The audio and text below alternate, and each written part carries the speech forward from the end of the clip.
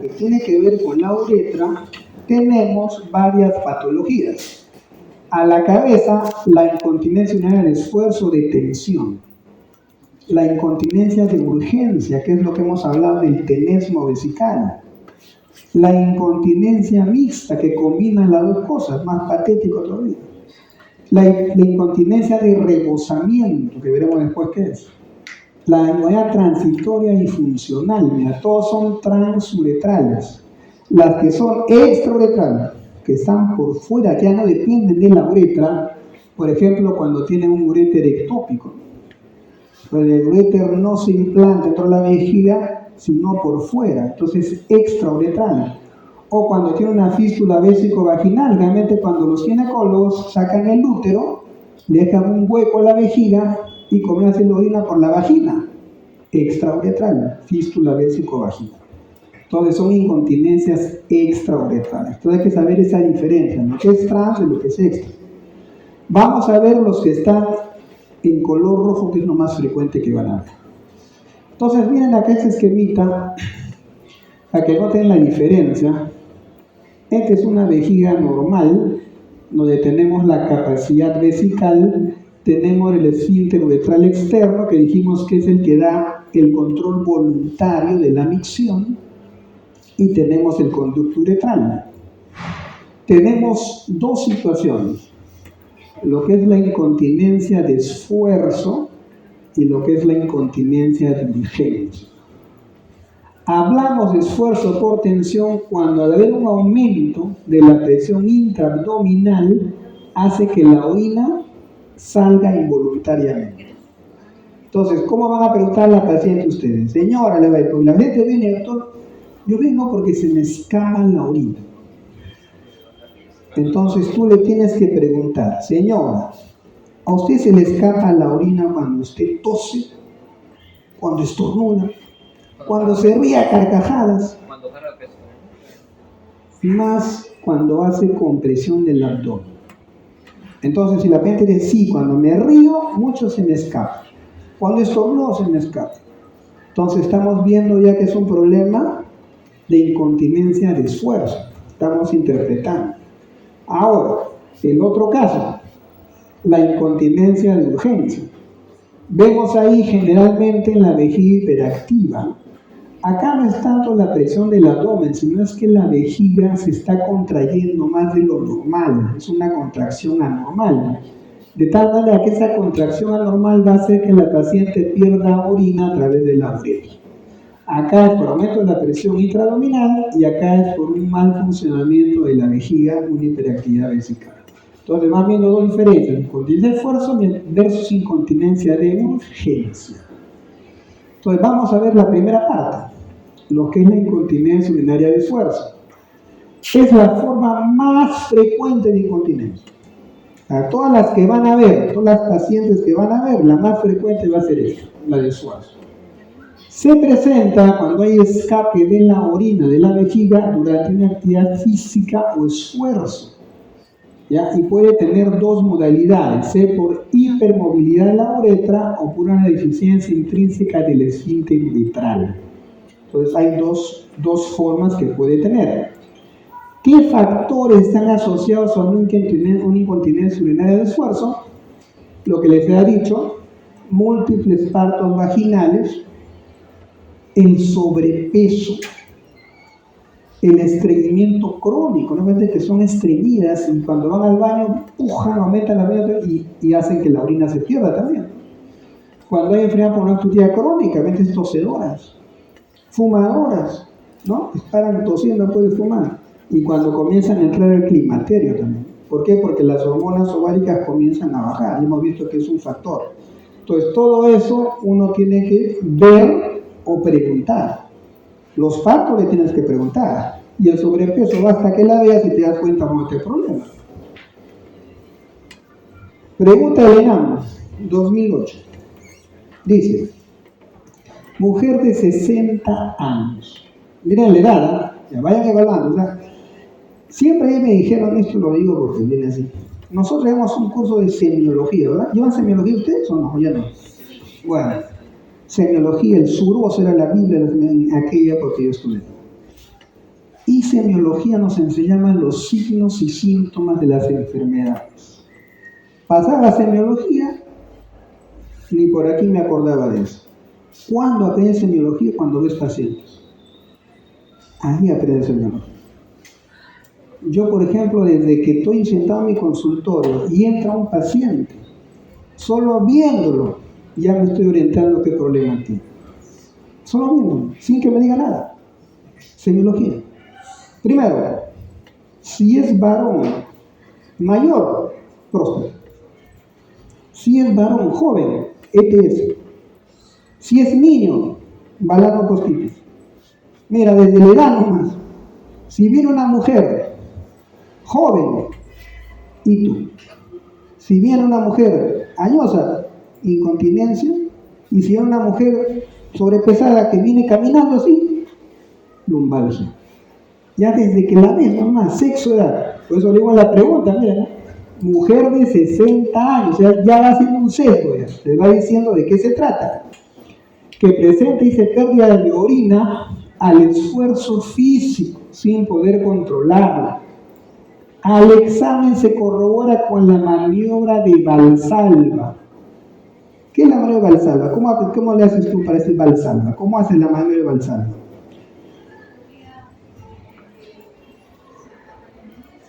Que se tape la nariz, deja respirar, ese Valsalva, a que puje, ¿no?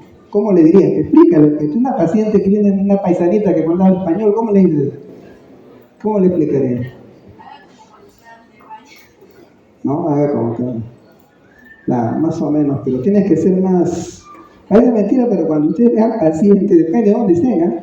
Una cosa es en la selva, en la sierra de la costa, o sea, tiene que adaptarse a las costumbres y el lenguaje que ellos usan, pero eso es Valsalva. Entonces dice, ¿cuál es el diagnóstico más probable?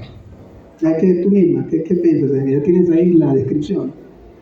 Mujer de 60 años, dice que pierde el esfuerzo físico y lo corroboras con una de las de Valsalva. Entonces, ¿cuál es el diagnóstico? Vamos a ver.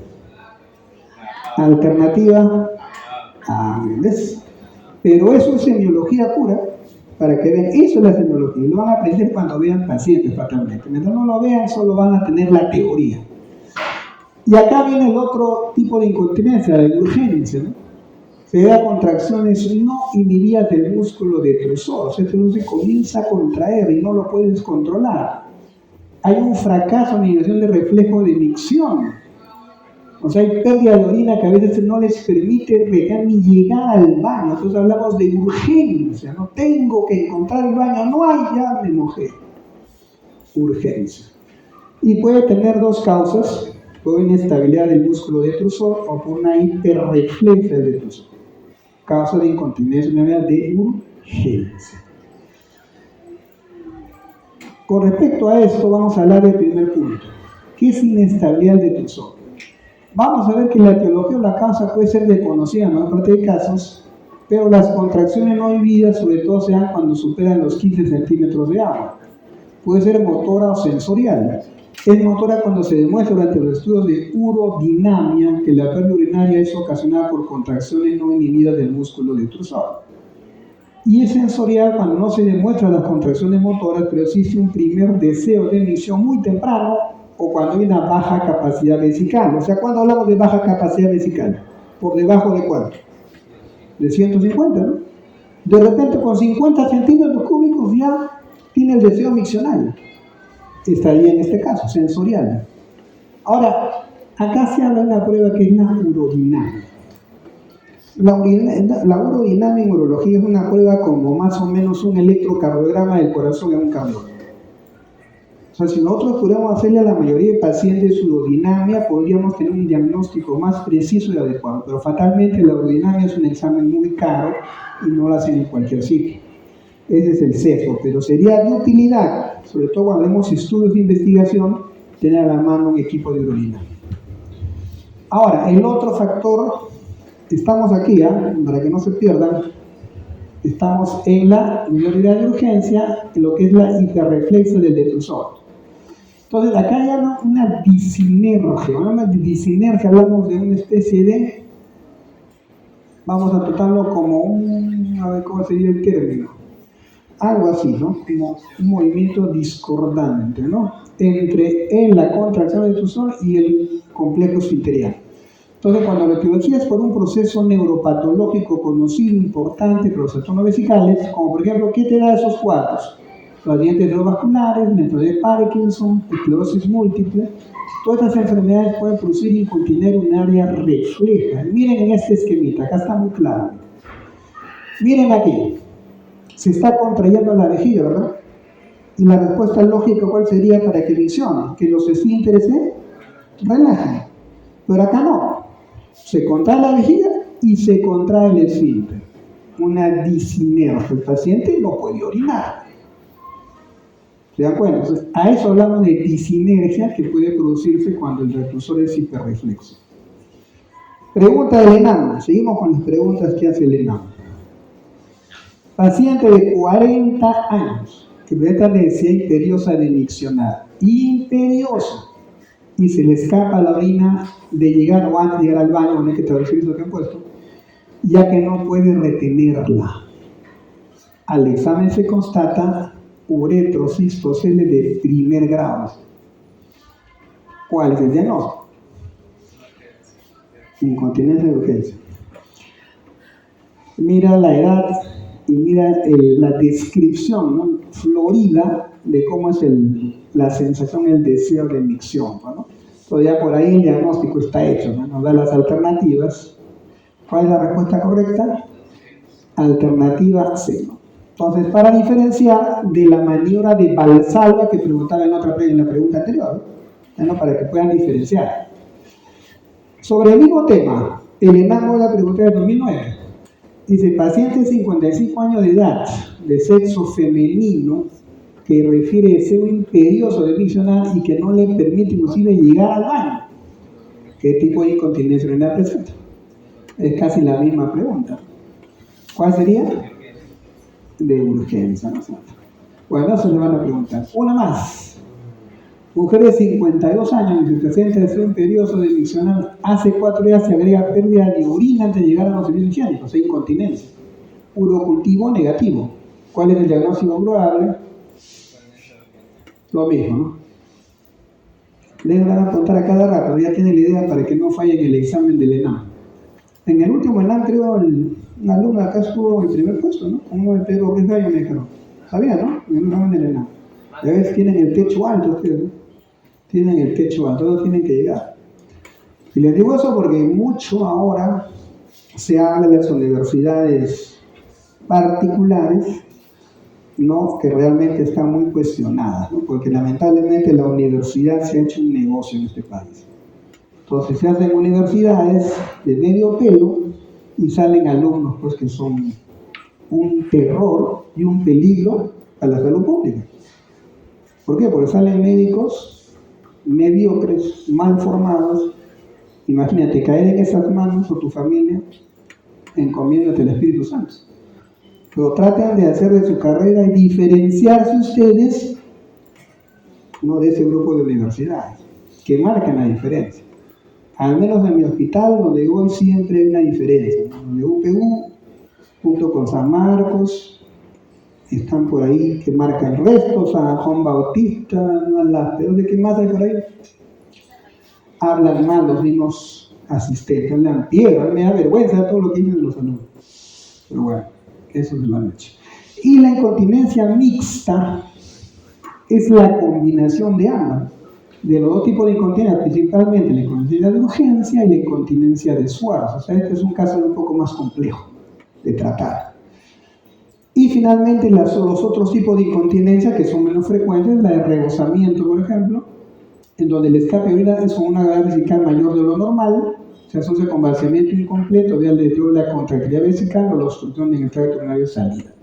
Entonces, miren, esta es una vejiga hiperdistendida, ¿no? Por lo menos más de 500 centímetros cúbicos. Ya no tiene para dónde más que comience a escaparse por un reposamiento. Como tú tienes un vaso de agua, lo llenas y cuando le echas más agua comienza a rebalsa, ¿no? Eso es lo que está diciendo, es un rebalse, un rebosamiento. Entonces, esta es una pérdida involuntaria y se ve, por ejemplo, en vejigas denervadas, que no tienen inervación por falta de contracción, Y hay una pérdida de orina constante. Bueno, puede tener un globo vesical persistente y puede alcanzar hasta 2 o 3 litros de orina, o sea, 3.000 centímetros cúbicos de capacidad vesical. Una bestialidad. Pero eso van a ver. Y pueden a veces confundirte con una incontinencia urinaria de esfuerzo, porque hace Valsalva y se le escapa más la orina, pero no es por el tema del esfuerzo, sino es porque tiene una vejiga súper distendida. Y acá está el factor, el otro que les mencioné, que es la incontinencia extrauretral, en casos como cuando la uretra está en un sitio diferente, el escape de orina está por fuera de la uretra, no sale la orina por la uretra, es extrauretral. El ureter ectópico en lactantes, fístulas vesicales, y sobre todo vésico-vaginales en cirugías ginecológicas, en particular una histerectomía. Miren acá, tienen acá la vejiga y miren la fístula. Por acá por la vagina comienza a orinar, fuera de la uretra, es extrauretral. Diagnóstico. Es importante la historia clínica, la forma de presentación, la evolución de los síntomas, el tiempo de evolución. La historia ginecológica es importante. En varones los antecedentes de prostatismo, hay que siempre preguntar, y también el uso de fármacos. Hay varios parámetros, hay varios criterios o digamos cuestionarios que pueden evaluar esto, que son importantes hacerlo, pero en la práctica clínica pues son un poquito infructuosos, porque preguntarle 50 preguntas a un paciente para ver si tiene incontinencia es oneroso, ¿no? Peor si el paciente ni escucha ni te entiende bien el español, imagínense. Entonces, pero para trabajo de investigación de repente sí puede servir, ¿no? Entonces siempre recuerden lo que vimos la semana pasada, el POPQ, hay que evaluarlo aquí, en un examen pélvico, evaluar compartimento anterior, compartimento medio, posterior, qué puntos están alterados, hay que medir el introito vaginal, el cuerpo perineal, hay que medir el hiato, el pene, ¿no? Esos puntos, pues son 9 medidas y eso debemos hacer una evaluación completa cuando evaluamos incontinencia. Y también hay una prueba que a veces se puede hacer, que es la prueba del Q-tip. El Q-tip es una prueba para evaluar la hipermovilidad de la uretra. Nosotros introducimos un hisopo lubricado en la uretra, más o menos unos 2 a 3 centímetros, y hacemos que la paciente puje, una manera de Valsalva. Si este hisopo supera los 30 grados, estamos hablando ya de una hipermovilidad de la uretra, ¿no? Porque de acá hasta ahí se levanta el hisopo. Entonces nunca debe superar el 30 grados en una medida de 180. Entonces cuando nosotros encontramos que la uretra supera este ángulo, estamos hablando de una hipermovilidad uretral, ¿no? Y vemos acá que hay 2 ángulos, el ángulo entre la uretra y la vejiga, el uretrovesical, y también hay el otro ángulo, que es el ángulo anterior acá de la uretra y la vejiga. Son 2, pero el que más evaluamos es el uretrovesical. Y lo que les comentaba, el valor de la urodinamia en esta evaluación de problemas de incontinencia, ¿no? Se debe medir la presión a nivel de la vejiga cuando se llena, se evalúa la competencia de los esfínteres, el estudio miccional, cuál es el flujo urinario. Entonces la urodinamia es una prueba diagnóstica que permite evaluar la función del tracto urinario y determina el tipo de incontinencia urinaria con mayor exactitud. Es una herramienta importante para el diagnóstico y tratamiento de la incontinencia, pero fatalmente no la tenemos a la mano generalmente. Para el tratamiento existen muchas formas de tratamiento que van de menos a más. Primero, solamente cambiando los estilos de vida podemos ayudar a mejorar la salud del paciente. Cuando baja de peso, cuando le pedimos que no ingiera más líquido del normal, por lo menos de 2 litros al día, cuando evite irritantes vesicales como la cafeína, por ejemplo, el alcohol, ¿no? Estas sustancias están contraindicadas en pacientes que tienen problemas vesicales, porque son irritantes de la mucosa vesical, sobre todo la cafeína, ¿no? Por eso es patético hacer que a los pacientes les digo, señor, a los prostáticos, usted no debe consumir ni té ni café, porque la cafeína irrita la vejiga. Por lo tanto, usted no puede tomar ni gaseosas, porque el 99% de gaseosas tienen cafeína. Y eso irrita la vejiga, sobre todo las oscuras tipo Coca-Cola, es fatal para el prostático. Entonces, eso se le prohíbe, ¿no? Y bajar de peso, ¿no? Y cuando hablo de limitar la ingesta de líquidos, siempre hay que tener en cuenta esto, ¿no? Siempre que viene un paciente que tiene polaquiuria, o sea, que le dice, doctor, yo orino a cada rato, siempre pregúntenle qué cantidad de agua toma. ¿Por qué? Porque muchas personas, para todos los problemas urinarios en general, le dicen, toma agua. La vecina, el compadre, la mamá, la tía, toma agua. Agua, lo llenan un balde de agua y el hombre va a orinar a cada rato. ¿Y orina a cada rato porque está enfermo? No, porque el organismo, el riñón, elimina lo que no le sirve. Si le metes 3 litros de agua al día, aparte de las comidas, vas a orinar con frecuencia. No es que estés enfermo, sino que te sobrecargan el líquido. Por eso que dice, en estos casos no se recomienda llenarlo de agua al paciente, más bien limitarlo. Si tiene usted un problema de incontinencia, no tome mucha agua porque va a ser peor. Yo le digo así a los pacientes prostáticos, ¿no? Si tú tienes polaquiuria, nicturia, o sea, ya traducido técnicamente para que usted me entienda, no le recomiendes tomar agua, por eso es peor. Yo siempre le digo, señor, usted primero cene temprano, ¿ya? Y es algo que nosotros tenemos que practicar. Y a veces no lo hacemos, ¿no? A ver, ¿a qué hora cenas tú? Normalmente, 7:30. ¿Tú? 6:30. ¿Tú? 6:30, tú te vas temprano. ¿Tú qué hora cenas? También 6:30. A las 7 ya no hay comida, ¿verdad? Bueno, la mayoría de personas que trabajan comen a partir de las 10 de la noche. Es la verdad, y le digo en la práctica lo que pasa. Entonces, está demostrado que cuando tú comes tarde, tienes un montón de problemas digestivos, ¿ya? Porque se activa tu organismo para poder producir el fenómeno de digestión. Entonces, todo eso te trae problemas. Por eso a mi paciente le digo, señor, usted que está mal de la próstata, cene temprano, antes de las 7 de la noche. Y después de eso, ni una gota de agua hasta el día siguiente, para prevenir la nicturia, ¿no? Entonces comienzan a mejorar solo con ese consejo, de que orinaban 10 de la noche, yo bajaba a 5, otros mejoraban, solo no tomando líquidos en la noche y cenando temprano. Es más, algunos recomiendan hasta no cenar en la noche, si se pasó la hora. Porque eso no dice, no tuve tiempo de cenar, ¿no? Ya son las 9 de la noche, llego a mi casa y la mamá me tira un pollo a la brasa. Imagínense. Después de ese pollito te vas a dormir, toda la madrugada tu organismo comienza a digerir, hasta reflujo vas a tener, no se puede dormir. Entonces, mantengan costumbres sanas. Ahora, lo que les decía, ¿no? Siempre es importante el diafragma pélvico, ¿ya? Diafragma. Miren acá este músculo que está en verde. Este es fundamental. ¿Cómo se llama? ¿Lo ubican? Va desde acá hasta acá. Ya, miren acá lo que dice. Nosotros recomendamos primero fisioterapia, antes de cualquier cosa. Y hay ejercicios de reforzamiento del piso pélvico, ¿no? De Kegel. Entonces lo mandas al fisioterapeuta y lo va a entrenar a la señora en cómo contraer sus músculos del piso pélvico.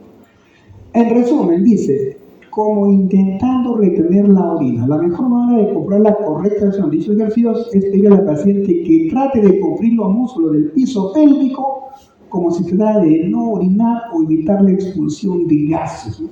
Imaginen que están a punto de perder un flato, tú comprimas, ¿no? Este es el ejercicio que te pide hacer, para que fortalezcas la musculatura del piso pélvico. Y solo con eso, sin necesidad de medicamento ni cirugía, muchas mujeres mejoran. Por eso la fisioterapia. Pero miren acá, este ejercicio te pide por lo menos 3 series de 15 contracciones, 3 a 4 veces al día, por lo menos durante 4 a 5 meses, para que tú veas los resultados de este tratamiento. ¿Y en qué consiste realizar contracciones de quién? Del músculo pubococcígeo, de Tequetenberg. ¿Ven la importancia? Anatómica y funcional. Número 2, cuando ya esto comienza a fallar, ya los cambios de vida saludable, la fisioterapia no funciona, ya pasamos a otras medidas un poquito ya más mecánicas, ¿no? Antiguamente se usaba más, ahora no tanto, los pesarios, pues tiene un retrocontrol, electricidad, los músculos del perineo, la estimulación eléctrica fortalece la musculatura estriada del suelo pélvico, el esfínter estriado, y comenzamos ya con la farmacoterapia, ¿no? Y se han usado diferentes productos, ¿no? Por ejemplo, la imipramina hace que el músculo de la vejiga se relaje, o sea, baja la hiperactividad y contrae los músculos lisos del cuello de la vejiga. Cuando ya los fármacos y todo esto no funcionan, ya vamos al tratamiento quirúrgico. Entonces entramos en escena nosotros. Y acá se usan los cabestrillos o sling, ¿no? Ahora es la moda ya, los sling. Antes se hacía cirugía de levantamiento con técnicas de lucha, abrías el hombre y levantaba, ahora no. Ahora se hace el sling, ¿no? Se agarra, saca como un aparatito, metes al lado de la uretra y acá hay como una banda que va a elevar, es como un cabestrillo, no sé cómo te pones para levantar el brazo, igualito, levantas la uretra, restituyes el ángulo uretrovesical y con eso mejoras la continencia, así de fácil. ¿Qué preguntaron en el examen sobre esto? Dice, en pacientes con incontinencia urinaria de esfuerzo moderado, los ejercicios de Kegel están diseñados para reforzar el músculo. ¿Qué músculo dijimos? Alternativas, no es por ofenderlos, pero se lo van a poner. Respuesta correcta, D. Eso les van a preguntar. Finalmente, hablamos ya del tratamiento de infección urinaria de urgencia. La urgencia, no el esfuerzo, es el tratamiento conductual, tratamiento farmacológico, ¿no? Aquí, sobre todo en el farmacológico, le ponemos lo que a la paciente le falta, los estrógenos, sobre todo no posmenopáusicas, los anticolinérgicos, flavoxato, oxibutinina, polterodina, lo que usamos nosotros es la oxibutinina, que produce una relajación, es anticolinérgico de la vejiga y la paciente mejora su capacidad vesical, le ayuda a controlar la hiperactividad. Listo, hace la primera parte.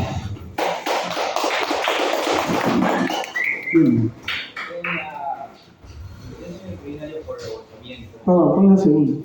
¿Cuál sería el tratamiento? Ustedes que viven en observación. ¿Cómo? Ahí se queda así.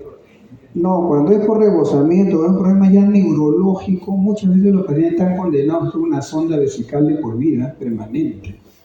Otros se le hace una vesicostomía, o sea, se le pone una sonda por encima, por la vejiga directamente.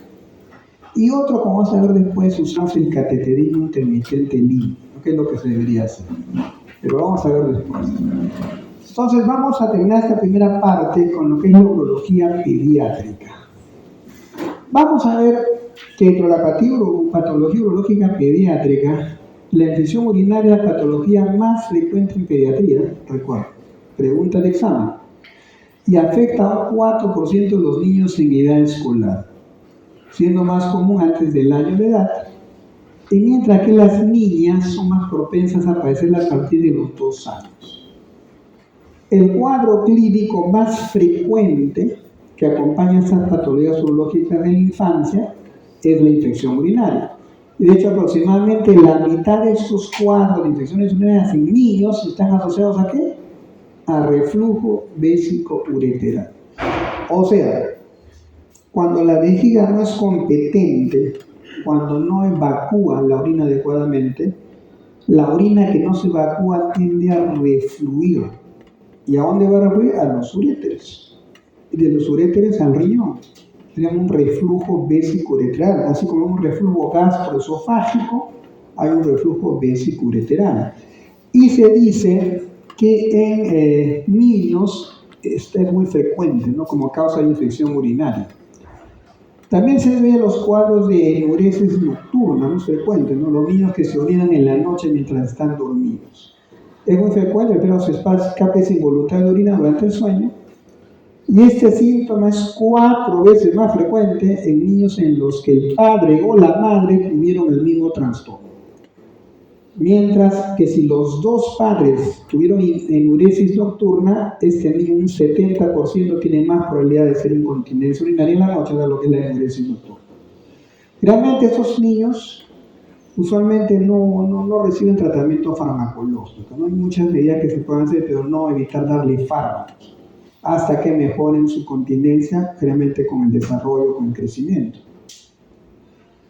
Entonces acá viene el tema, ¿no? Lo que siempre van a preguntar ustedes, ¿no? Y esto es importante, sobre todo en pediatría, que sepan en qué momentos ya el niño debe tener control de esfínteres, porque eso siempre lo van a evaluar en la historia clínica pediátrica. Entonces siempre les digo que esto tiene importancia en una historia clínica pediátrica. ¿Por qué? Porque la información, ¿quién es dar? ¿El niño o la mamá? La mamá, pues la que ha visto. Pero me da a mí me causa, no sé cómo decirlo, cuando veo pacientes prostáticos que le preguntan control de esfínteres. Dicen, señora, ¿a qué edad orinó usted? ¿A qué edad controló ya, no sé, hacía el 2 en el trúcer? Entonces, ese tema no le puedes preguntar a este paciente. Pero uno, porque ni se va a acordar, ¿no? Ustedes se acuerdan. Entonces, preguntarle eso es como ya una ofensa.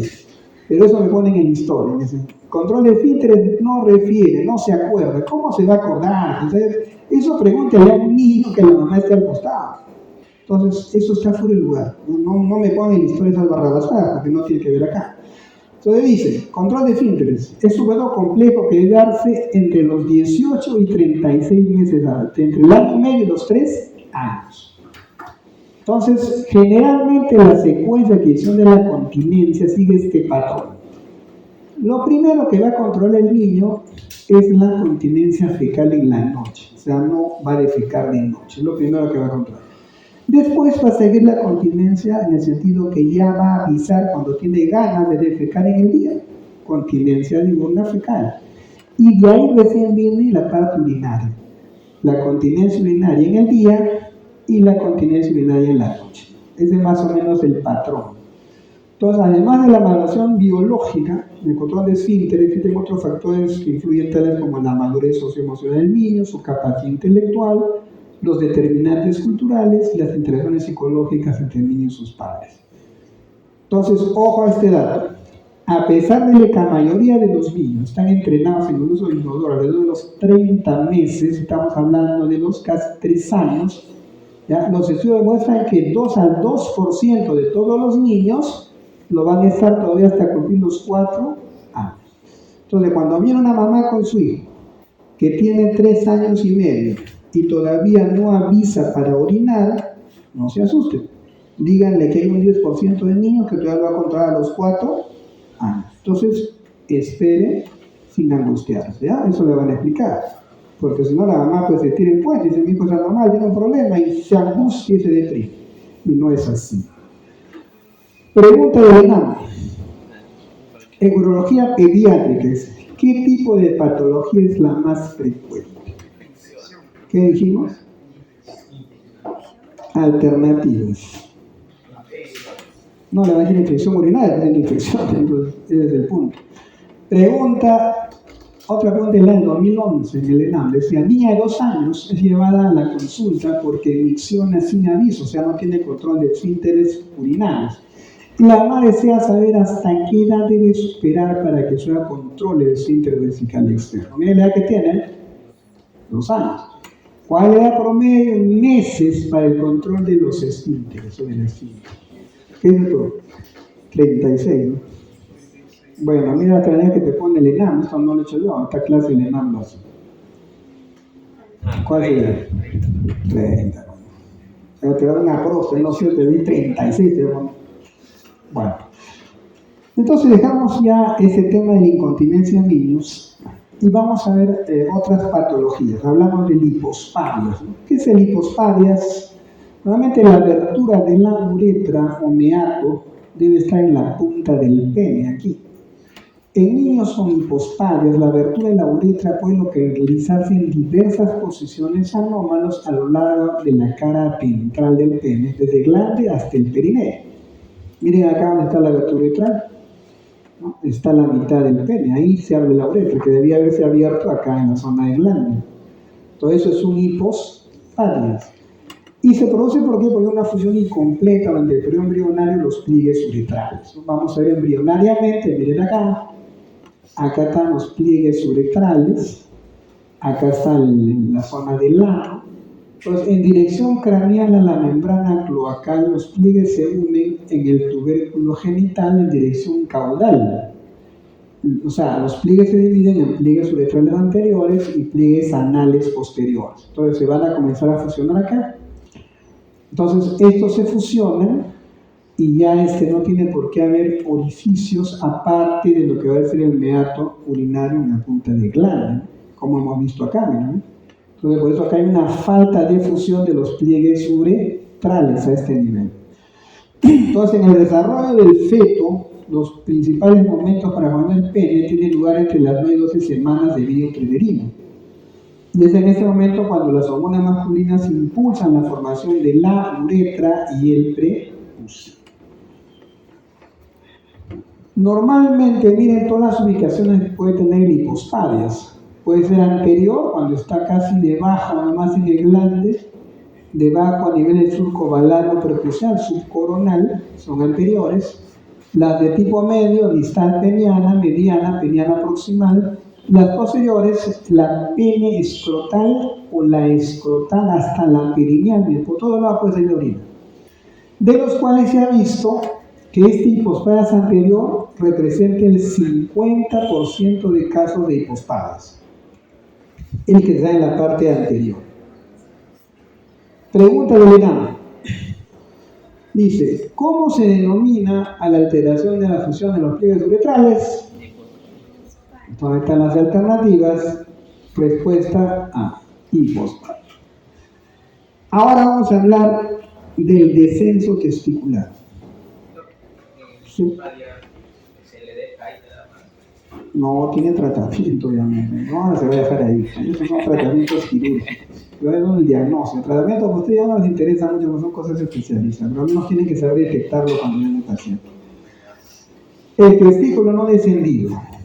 Entonces acá vamos a hablar de lo que es la criptorquidia como concepto y vamos a diferenciar el testículo retráctil, ¿no? Que es otra cosa.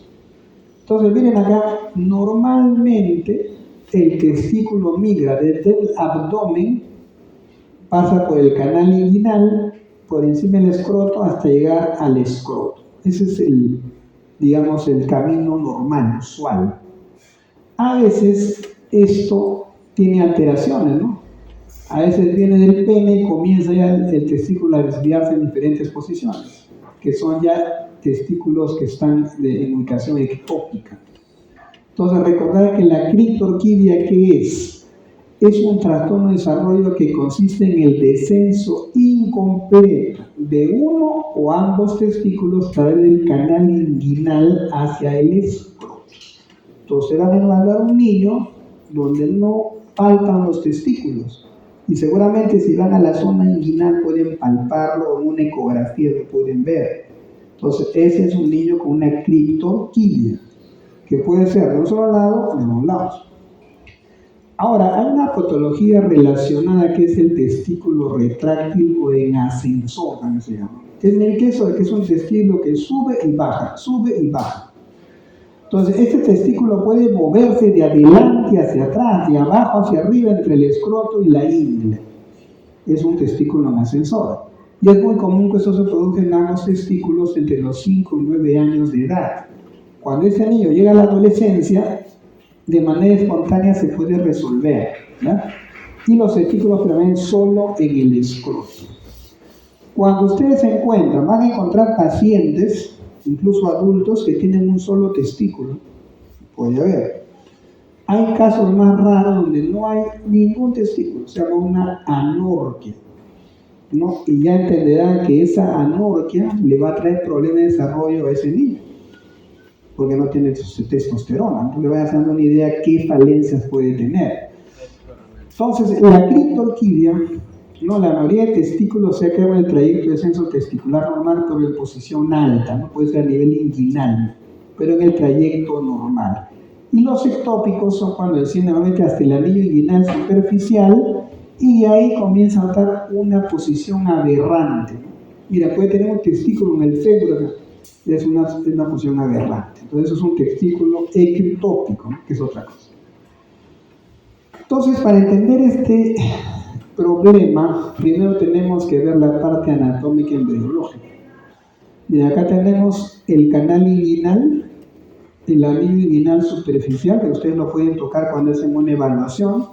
Ponen el dedo en el escroto, introducen y van a sentir un anillo ahí. Es el anillo inguinal superficial. Pero esta es el punto de salida de todo este canal, pero internamente un anillo inguinal profundo.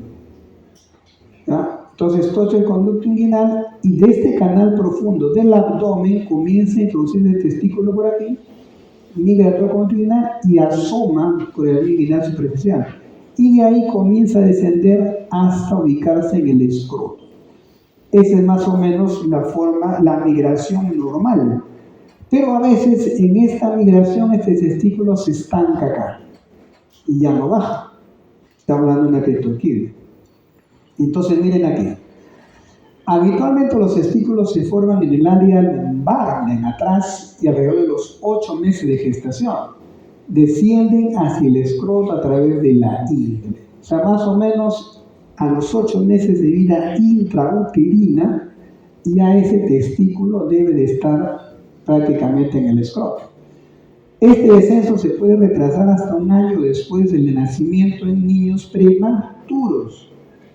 Y normalmente al año de edad, ambos testículos ya deberían tratarse totalmente en el escroto. Entonces, es una obligación de una madre que tiene un hijo varón verificar o llevar a su hijo a un especialista que evalúe si los testículos ya descendieron. Estamos hablando del año de edad. Y les digo por qué, porque a veces yo veo niños que vienen de 8 años y tienen una criptorquídea y la mamá recién lo trae. 8 años, vamos a ver cuál es la consecuencia. Entonces estamos hablando acá que al año de edad ya debería haber palpado los 2 testículos. Entonces, en este descenso hay 2 fases. La fase transabdominal, donde los testículos llegan de la cavidad abdominal hasta situarse en el anillo inguinal profundo, acá. Así es esta fase transabdominal. Y se produce alrededor de la 15ª semana de gestación. Estamos hablando de cuántos meses, más o menos al 4.º mes de embarazo. Ya este testículo estará acá en el anillo inguinal profundo. Hasta llega la parte transabdominal, que viene de la zona lumbar, como hemos visto. Luego viene la fase inguino-escrotal, o sea, de la zona de la ingle hasta el escroto. Y eso se produce a partir de la 28ª semana de gestación. ¿Cuántos meses de embarazo estamos hablando? 28ª. Entre 4 y 7 meses, ¿no? Más o menos a los 7 meses, ya el testículo que se encuentra a la entrada del canal inguinal, a la entrada del canal, o sea, en este anillo inguinal superficial, debe ser guiado por quién? Por el gubernaculum testis, hacia el escroto, donde es su ubicación final. Y esto se alcanza en la semana 35. Esta fase depende de la producción y acción androgénica normal. Usualmente, este niño en la semana 35, estamos hablando más o menos de 8 meses, un poco más, ya debe estar ese testículo en el escroto. Y de esto va a depender la producción y acción androgénica. Desde ahí ya el testículo comienza a producir andrógenos. Entonces es importante que durante esta fase ya esté el testículo ubicado ahí. Entonces miren cuándo comienza y en qué semana ya aproximadamente debe estar el testículo en su lugar. Cuando hacemos el diagnóstico de un testículo no descendido, al examen se busca evidencia la evidencia de un testículo en el escroto y ofrecer el grado de desarrollo escrotal. ¿Y cuál es el método? Una mano sobre el canal inguinal presiona acá arriba y la otra se realiza en dirección al anillo inguinal superficial y se palpa el escroto. Entonces ahí podemos nosotros palpar, ¿no? Lo primero que yo hago cuando me traen niños, lo primero que hago es evidenciar que sus testículos están en su lugar y eso le explico a los padres la importancia. Y también puedes usar una ecografía, pero la ecografía tiene una señal de un 40%, y habrá confusión. ¿Por qué confusión? Porque cuando el ecografista le pone el ecógrafo, el transductor, involuntariamente debe empujar el testículo hacia la ingle. Entonces, si ellos ponen hacia el aparato, el testículo se mete a la ingle. Para ellos es criptorquídea, ¿no? Criptorquídea es lo que está metiendo el testículo en el ser. Entonces, te da un sesgo. Por eso que yo a la ecografía no le tengo mucha fe. Prefiero el examen clínico, lo que están viendo ahí, no cómo se examina. Pregunta del ENAM. Dice, lactante varón de 18 meses, presencia, ausencia de ambos testículos en el escroto. ¿Cuál es la primera posibilidad de diagnóstico? ¿Qué edad tiene El lactante. Año y medio, ¿no es cierto? Ya, ¿qué dice acá? Tiene ausencia de ambos testículos en el escroto, son los palpas en el escroto. ¿Cuál es la primera diagnóstica? Alternativas. ¿Cuál es la respuesta correcta? ¿Por qué no testículo retráctil o en ascensor? ¿Por qué no podría ser? ¿Qué dicen ustedes? ¿Por qué se manda en la clitorquía?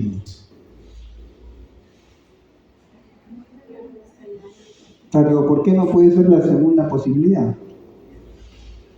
Porque te diría que va a regresar. ¿Cómo? Te diría que esté en otro lugar también.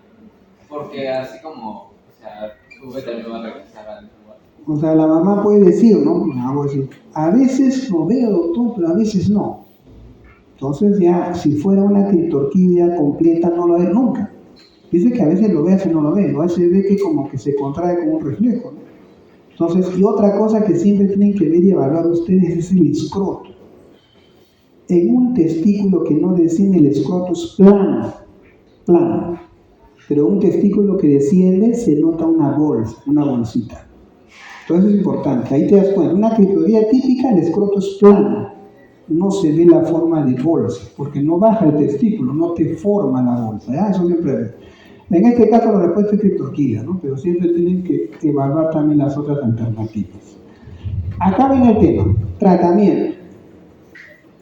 Normalmente, el tratamiento quirúrgico, lo más recomendable es entre los 12 y 18 meses de edad. ¿Cuál es el tratamiento quirúrgico? Cuando un paciente tiene una clitorquidia, tiene que hacer una orquidopexia, o sea que es pexiar, bajar el testículo a la mala con cirugía. No lo puedes dejar ahí arriba. ¿Por qué creen que no lo puedo dejar arriba? ¿Cuál sería la finalidad de bajarlo y no dejarlo ahí? Para que. A ver, ¿cómo? No, pero ¿por qué? Pues? Claro, pues, o sea, ¿tu cuerpo a qué temperatura está? 37 grados Celsius. ¿Y el escroto a qué temperatura cree que está? Por lo menos un grado menos, ¿no? No es la misma temperatura que tu cuerpo.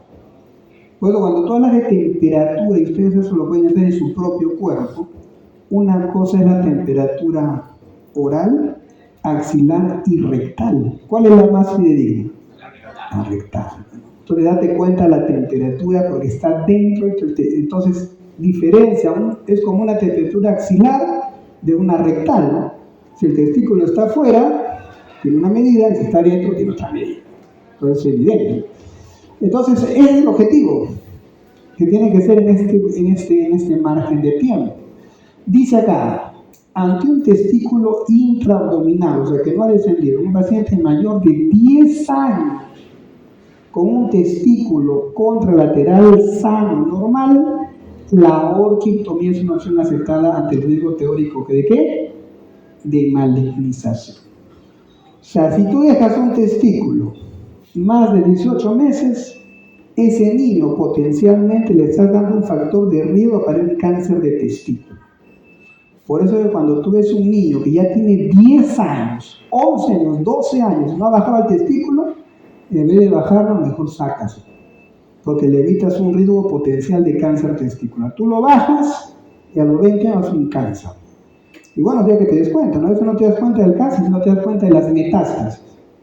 Vamos a ver, creo que hay una clase de cáncer testicular, y es así. Yo mi primer paciente, cuando hice el internado, y voy a contar la experiencia, yo hice mi internado en el hospital Gustavo Lanata Luján de Huacho de Salud. Me acuerdo que postulamos acá con el doctor Albornoz, en esa época que estábamos en la promoción, y postulamos acá a Rebagliati, a la Almenara, pero no alcanzamos, así que nos quedaba de Salud, y no me acerca al era Huacho. Vamos a Huacho, nos fuimos los dos. Y en Huacho el hospital, un hospital de nivel 2 más o menos, ¿no? Y tenía pues servicios completos, ¿no? O sea, cada servicio tenía por lo menos un promedio de 25 a 30 camas. Y éramos 4 internos, 2 de Villarreal y 2 de San Marcos. O sea, no, sí. Entonces nos dividimos, ¿no? Uno para cada servicio, 30 camas. En el hospital de Huaycán tengo 12 camas y tengo como 5 internos. Dense una idea, ¿no? del aprendizaje y digamos, tu trabajo que tienes que hacer. Uno solo, pues te batías todo el día. Cuando son 4, uno se da vacaciones, otros 3 están trabajando. Listo es. Entonces, dense cuenta de la formación en el internado. Pero ¿cuál viene el tema acá? Yo comienzo medicina. Y mi primer paciente de medicina era un tipo que estaba hemipléjico. Tenía más o menos 41, 42 años, me acuerdo, con hemiplegia.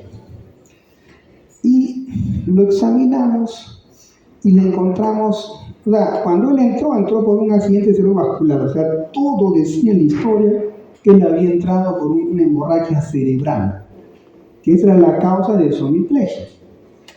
Y cuando nosotros lo examinamos, como tú recién llegaste interno, ¿no? Con toda la fisiología, le preguntas hasta qué edad caminó, a qué edad habló, como ustedes, y lo examino y le veo un testículo más grande que el otro.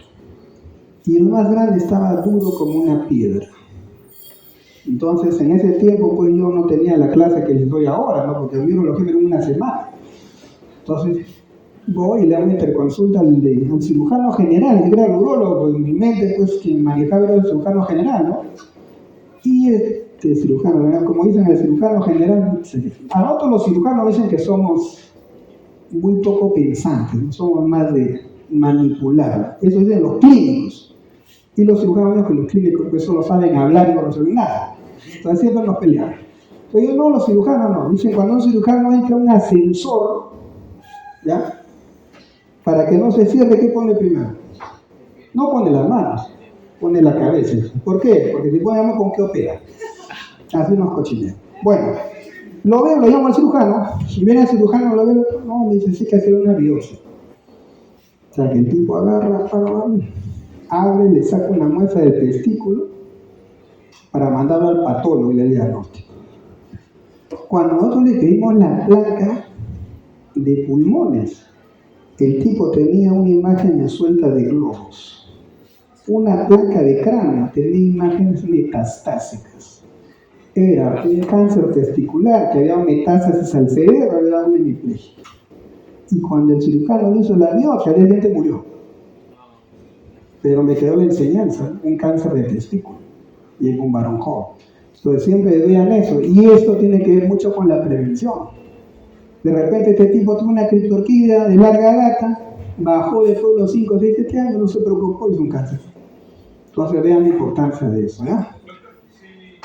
Si solo un versículo baja y el otro se queda, y ya pasó más de un año, se tendría que... Más de un año, no. ¿Cuánto estamos hablando? ¿Cuál es el patrón que acabo de decir? Más de 10. Ya me estoy acá.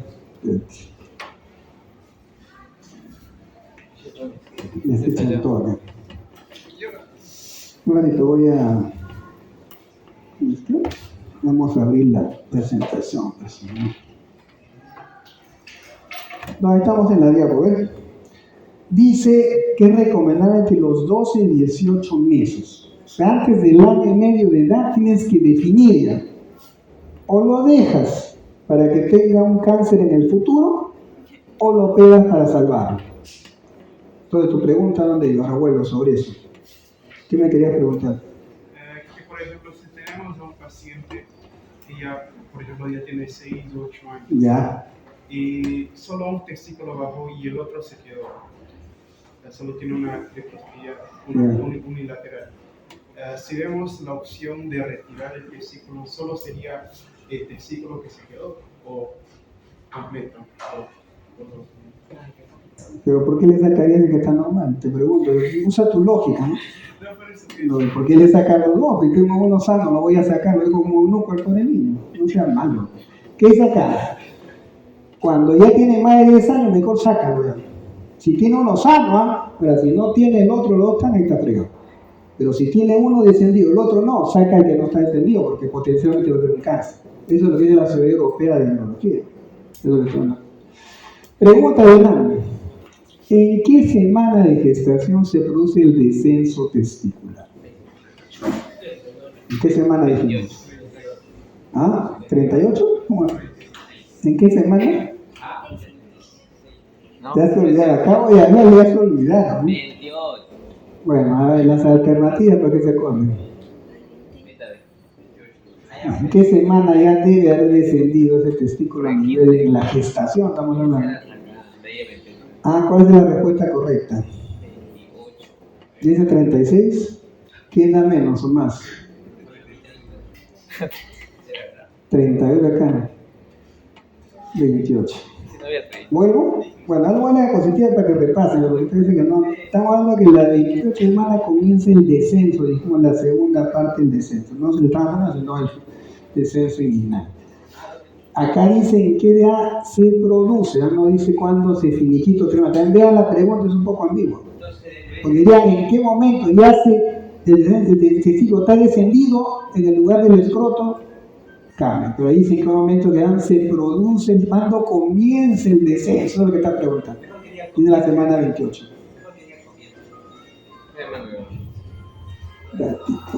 Ese es el NAM, ¿qué vamos a hacer? Pregunta 45. 12 de la 18. ¿Cuál es la edad ideal para operar el testículo no descendido? 12 de 18 meses. 12 a 18. ¿Qué es? A ver, ¿qué dice acá? Uy. 15 meses. ¿La ves? ¿Qué dijimos? ¿Hasta cuándo? No, ¿qué dije en la teoría? ¿Hasta qué edad puedes esperar, dijimos? Que descienda. De 12 a 18 meses. Estamos hablando de año y medio. ¿Cuál se acerca más ahí? Hoy no le va a decir 18 meses. 5 años. No, que ya no sean malos. A la pubertad dice otro manera, no sean malos. No, o sea, no te dice 12 o 18, pero ya 15 está por ahí, pues, ahí te avientas ahí. Ahora hablaremos ya, dijimos la criptología del lado, hablamos del reflujo vesicoureteral, que dijimos que era una causa de infección urinaria también frecuente en niños. Este reflujo ocurre cuando la orina retrocede de manera normal desde la vejiga hacia los uréteros. Y al retroceder la orina excretada, regresa a los niños y puede, ¿qué cosa? Causar infección. Porque esa orina que está en la vejiga ya tiene una concentración diferente a la vejiga a la orina que está en los riñones. Ya en la vejiga ya tiene otros contaminantes.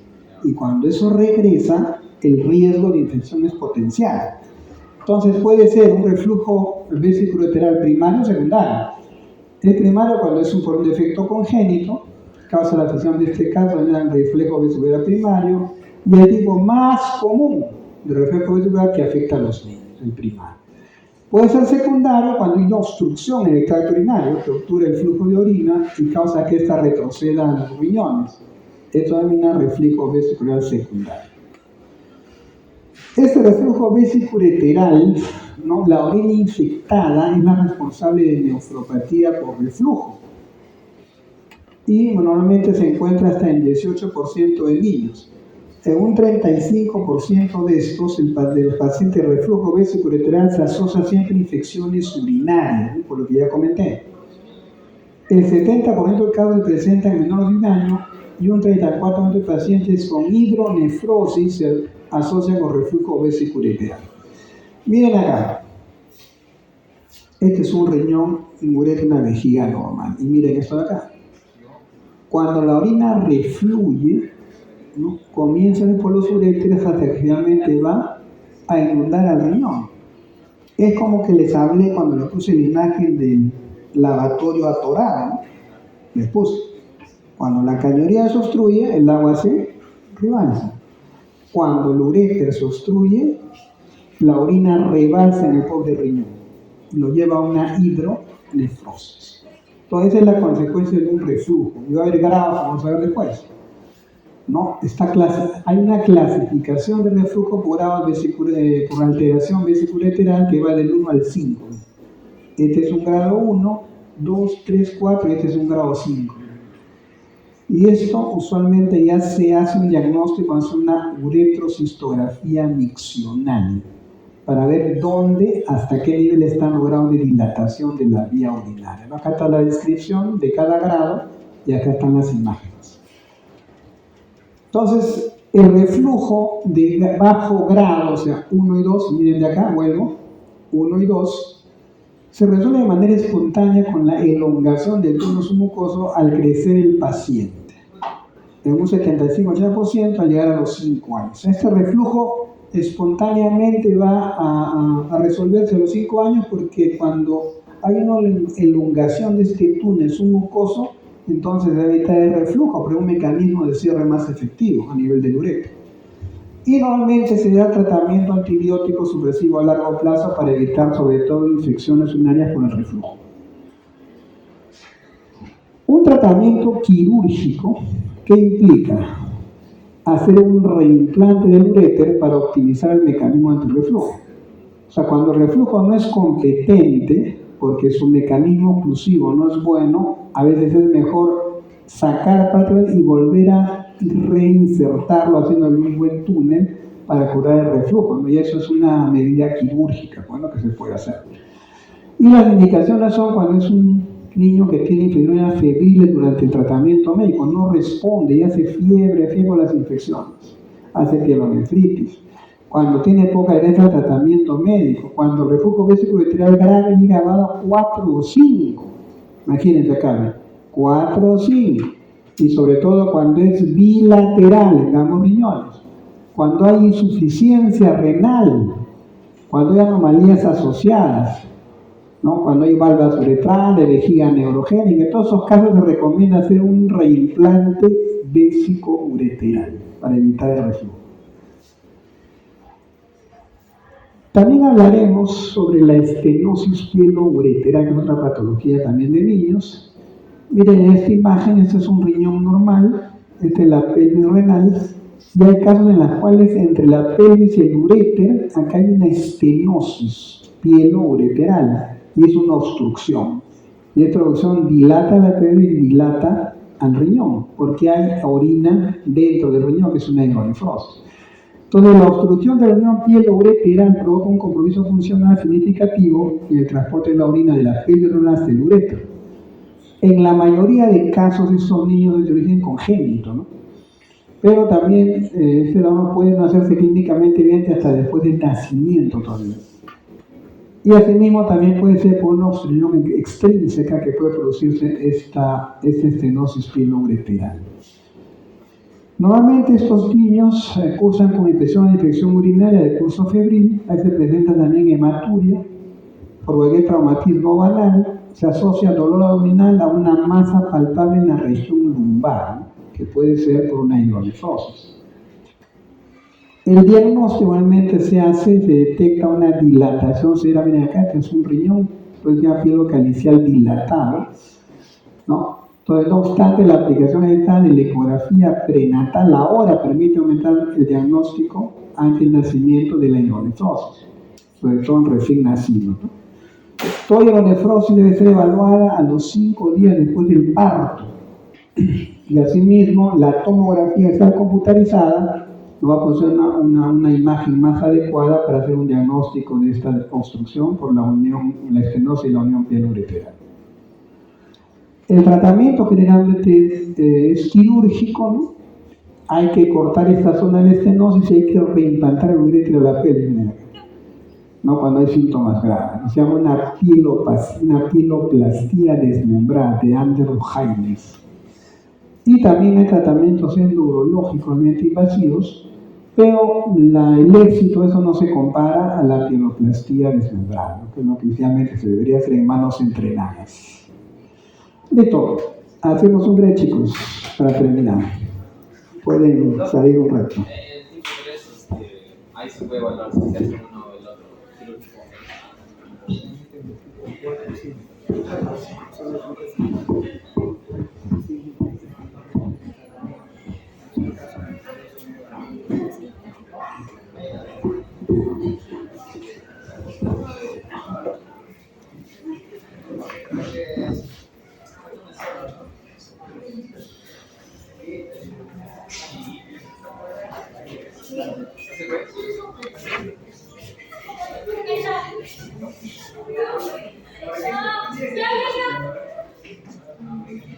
Sí, a mí.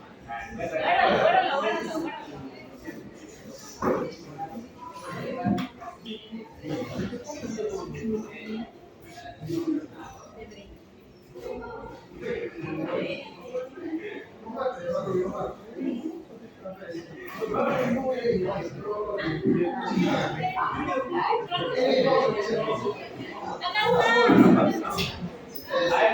¿Cuándo me lo vas a...?